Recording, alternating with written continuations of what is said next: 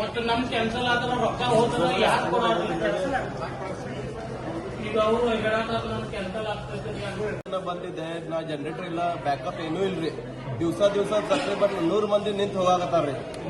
ಇಷ್ಟು ರೊಕ್ಕ ಬರ್ತದ್ರಿ ಸಬ್ ರಿಜಿಸ್ಟರ್ಗೆ ಇನ್ನ ಮಟ ಏನಿಲ್ಲ ಚಾರ್ಜ್ ಆಗಿಲ್ರಿ ಕರೆಂಟ್ ಇಲ್ರಿ ಏನ್ ಆಮ್ ಆದ್ಮಿ ಏನ್ ಮಾಡ್ಬೇಕ್ರಿ ಅವ್ರ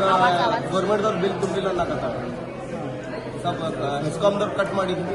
ಲೇಡೀಸ್ ಕುಂತಾರ್ರಿ ಫ್ಯಾಮಿಲಿ ಮಂದಿ ಅದಾರ್ರಿ ಡೈಲಿ ಕೆಲಸ ಮಾಡೋರ ಬಂದು ಹೋಗಾಕತ್ತಾರ